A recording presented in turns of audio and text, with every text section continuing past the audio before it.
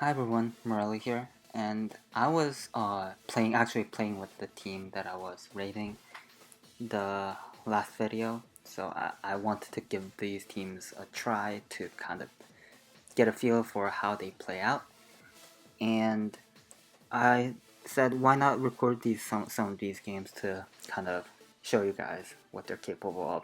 So these are the original team without any changes, so you can see that they don't have max Dynamax candies, but I'm gonna use them anyways. Didn't want to build a whole new team up. So here I do see that my Banded Urshifu is going to be pretty good against most of his team, other than the Zapdos. So I'm gonna bring Urshifu as a lead. Garchomp is one of my Pokemon that can actually beat the the opposing Urshifu 1v1. Alternatively, I could bring Zapdos, but I do see that they have a Dracozolt on the team, so I think they are going to bring Dracozolt because that seems to be their main way of checking Zapdos. And Rhyperior is going to be actually pretty good at Dynamaxing against a lot of his team.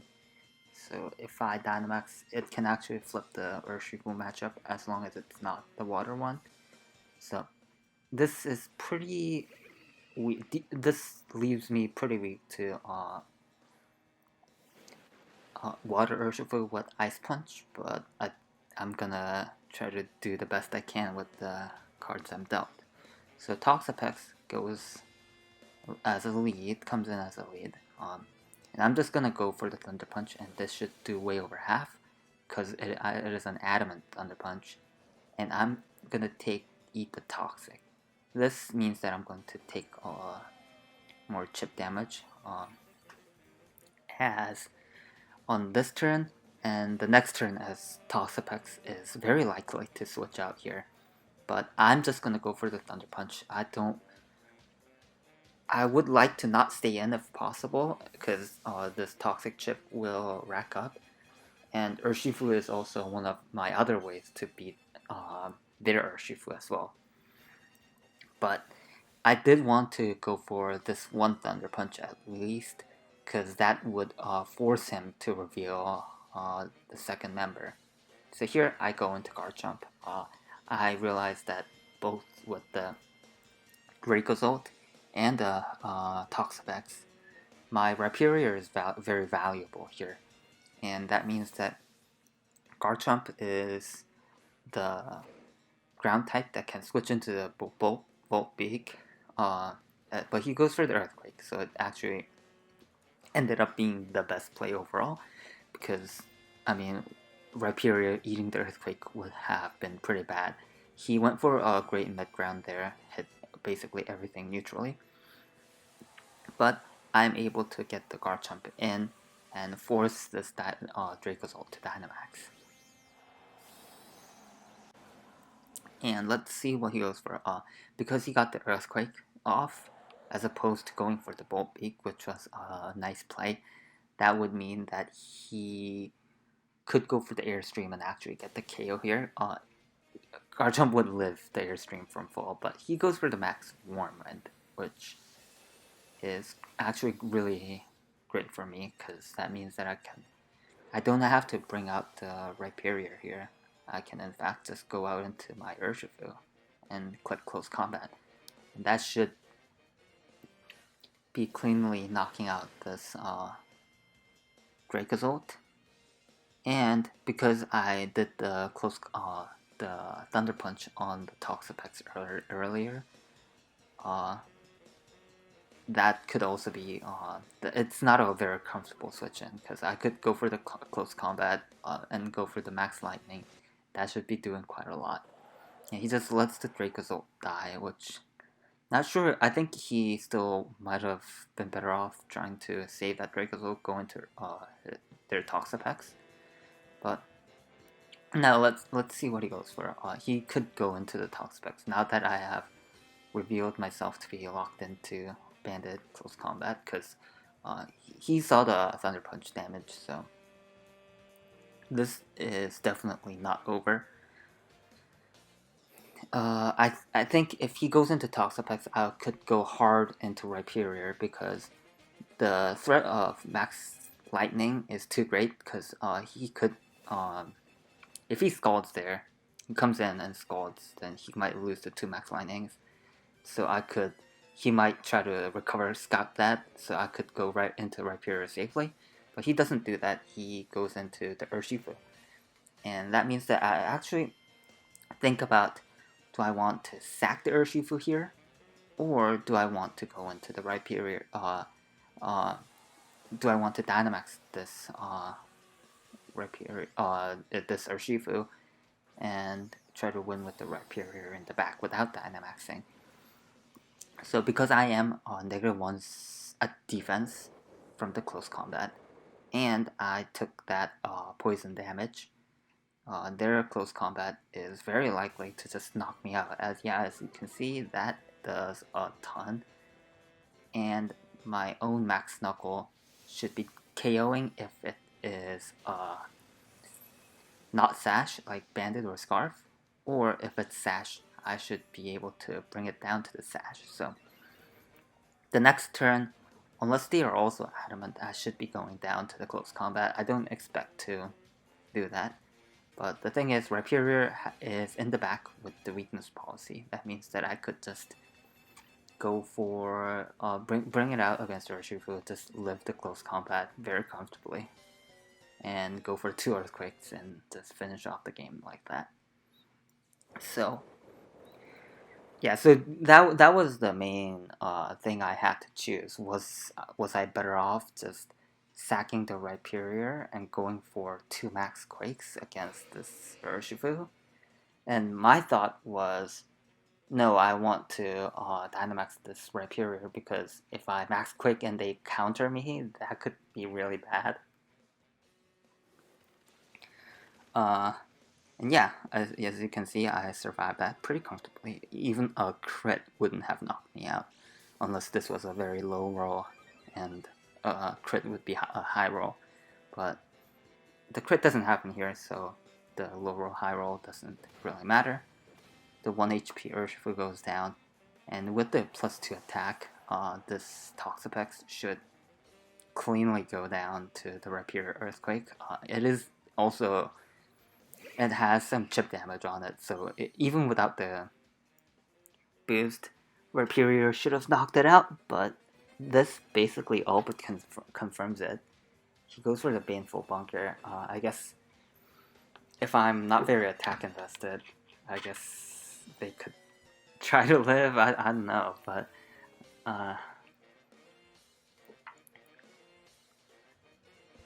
I'm gonna be able to go for the Earthquake, outspeed, and get the knockout. So having 2 ground types, it's not always redundant, as you can see here. I picked them both because I thought ground types are pretty good against his team, but not sure if he would have picked differently.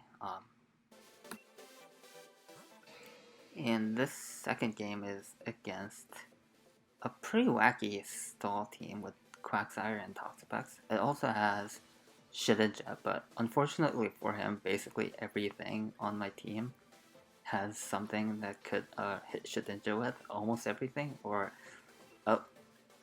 Urshifu, my Urshifu can't touch it, but he doesn't even know that it's water Urshifu and not dark. I want to lead with the SD Garchomp in order to kind of put the pressure on the Quagsire.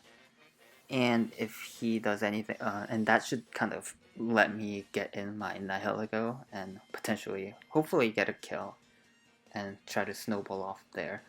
Because I think Nihilego is definitely the ticket to a win in this matchup. So let's see what they do. I lead Garchomp against, what's it called? Comfy? Yeah, Comfy. I go for the Sword Stance. He doesn't go for a priority move, so that means that he is probably going for the Calm Mind. Yep. As they do. And I should be able to do solid chunk, way over half with this Earthquake, so. And Nihilego should be able to kind of finish it off. If I want to, I could even go for max poison move. And let's see how much this Earthquake does. In fact, I live 2 Draining Kisses from that damage. Though it does seem like a roll, it is very close.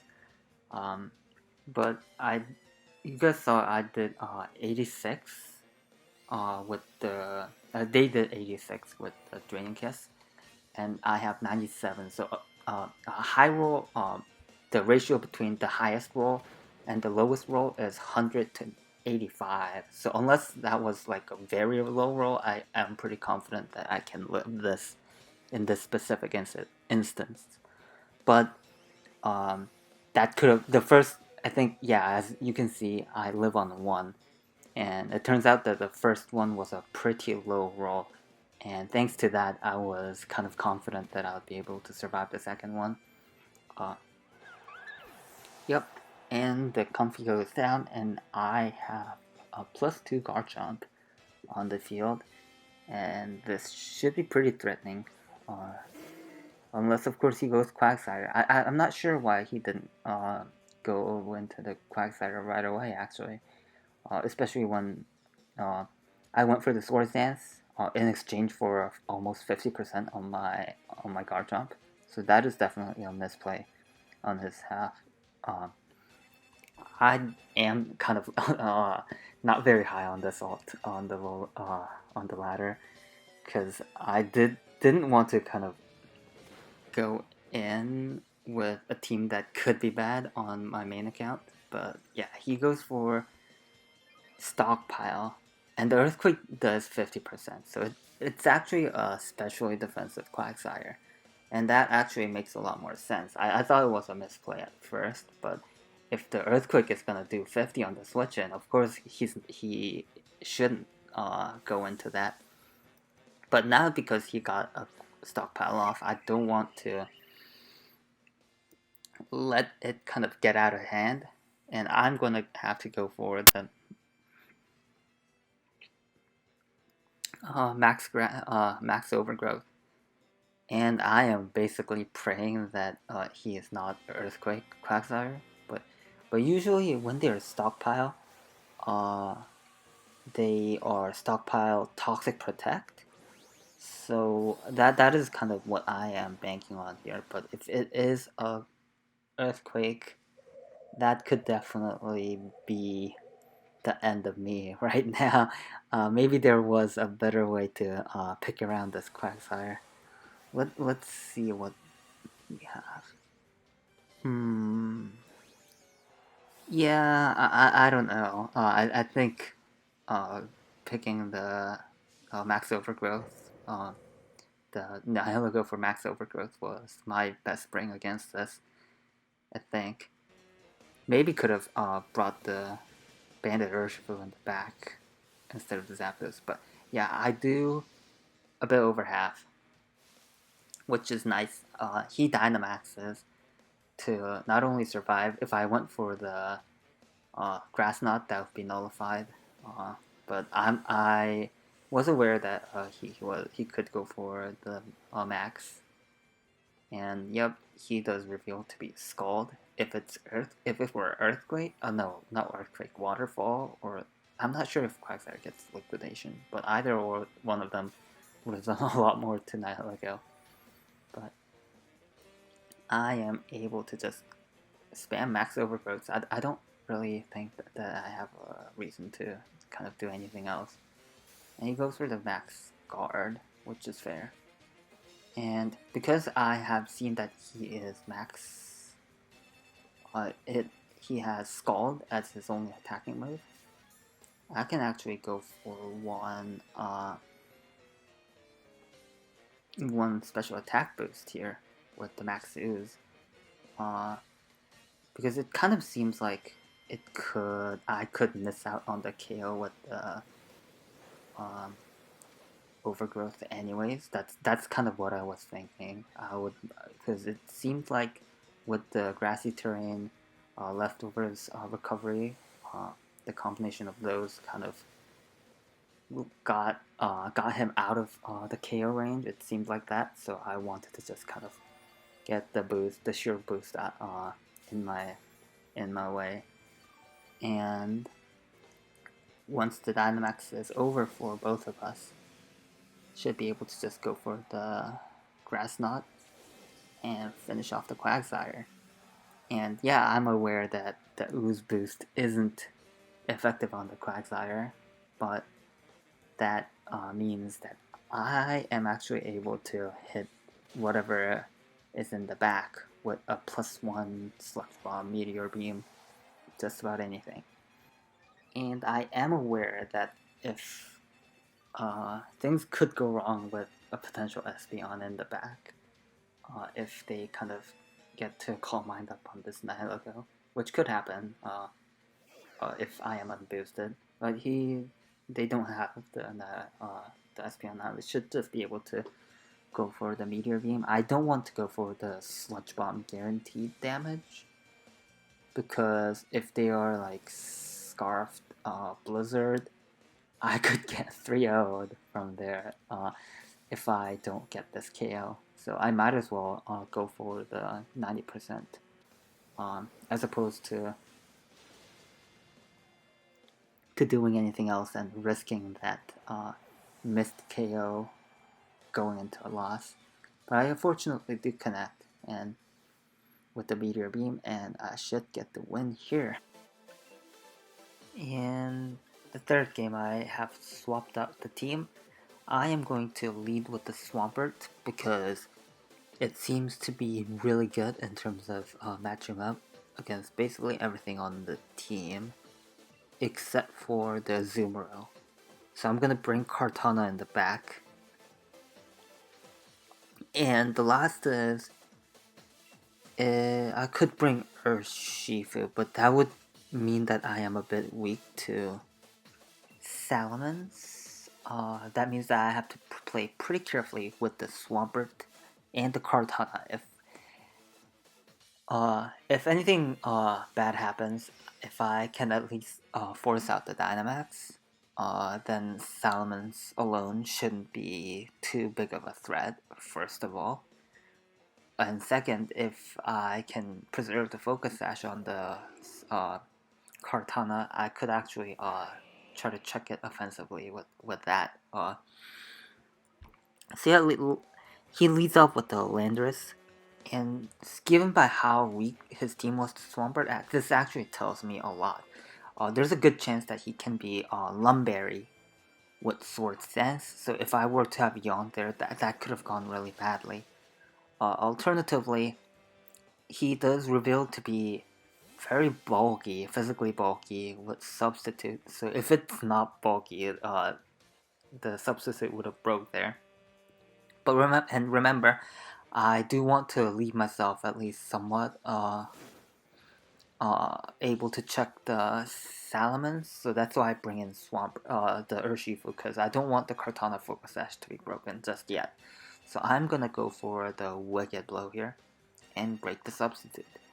There's a good chance that he could go for the Fly, but even then, Bandit Wicked Blow should be doing a ton, and when he's Dynamaxed, he can't go for the subs, and that means that Salamence, the Swampert can get the Stealth Rock Yawn combination going, and they are out of their Dynamax, and that actually gives Kartana a prime situation to kind of clean up the game from there.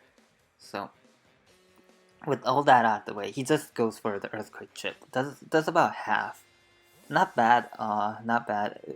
Good judging by how defensive that Landorus seems. He'll take that damage for sure. He switches into Azumarill. I don't think that's a very good play because it does over a half here.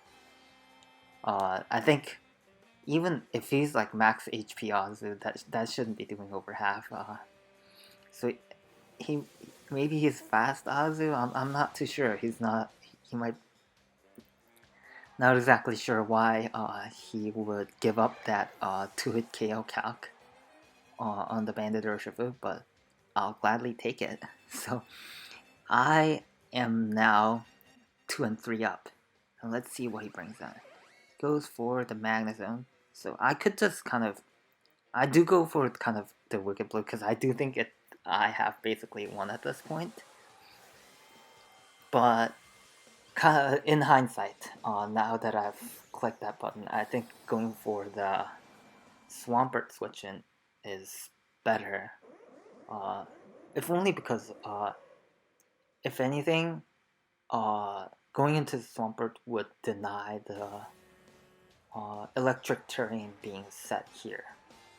And that, yeah, he does go for the electric terrain, so Max Lightning, so I think that was a bit of a misplay by me not going for the Swampert switch, because now with the electric terrain in play, I can't go for Yawns, and that is going to make it far more awkward for the Swampert to kind of play around. I'm still at a very advantageous position, mind you, but it's just a lot more awkward when I can't just go for the Yawn and get easy free turns. So yeah, that is why you don't just immediately click the button in front of you, even though you have a very strong advantage. And I am just going to go for the Stealth Rock because there is basically nothing better for me to do. And I am going to get rid of his final turn of Dynamax with my Protect.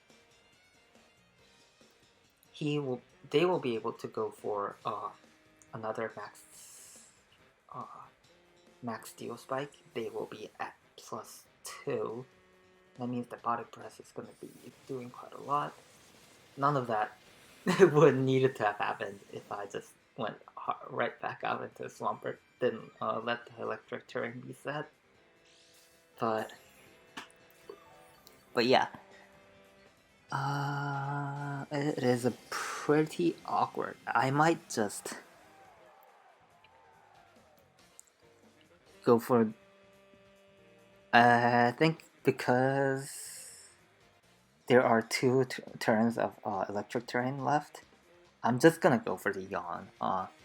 Even though it's not gonna do anything, it's better than Flip Turn first of all, because if it's still not in Sacred Sword range from Kartana, and I don't want that to miss out on the KO. That could be really damning. So yeah, I do go for the Yawn. It fails in Electric Train, of course, but I was kind of expecting that, and in case he goes Landers for whatever reason, that gets covered, but it doesn't happen, so now I am going to be able to Protect to get the final turn of Electric Terrain out of the way. And now I'm finally able to Yawn. I will be taking a ton from this Body Press. Didn't need to, but yeah, I am barely able to survive and land the Yawn. And now I can just Flip Turn, and the game is pretty much over. I can just Flip Turn into the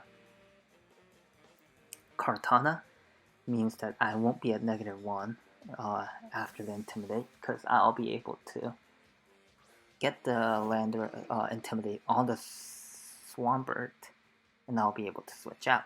So yeah, as you saw at the beginning, the first turn 1, this Flip Turn is going to be doing less than 25%. Yeah, that is very thick on the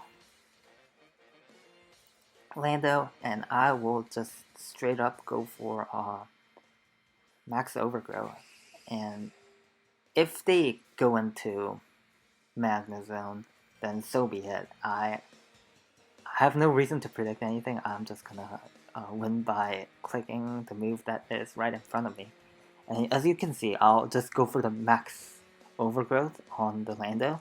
If they let me kill this, or if they somehow stay in and live, those are all both really good.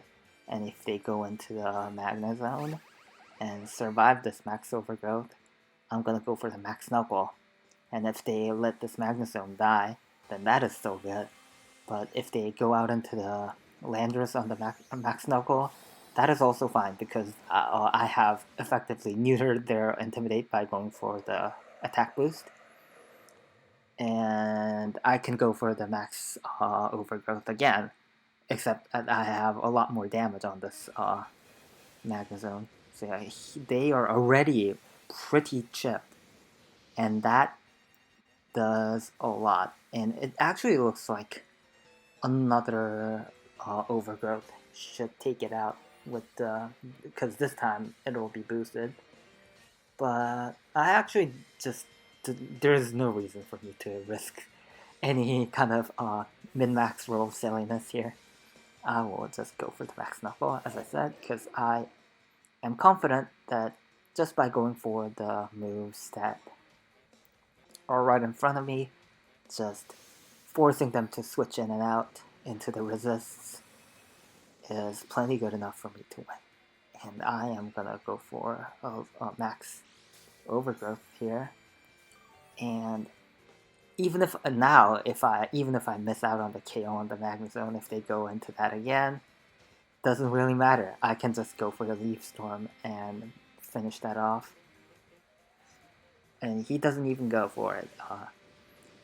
Maybe, yeah, I don't really see a way out for my opponent here. And yeah, they could be forfeiting any time now.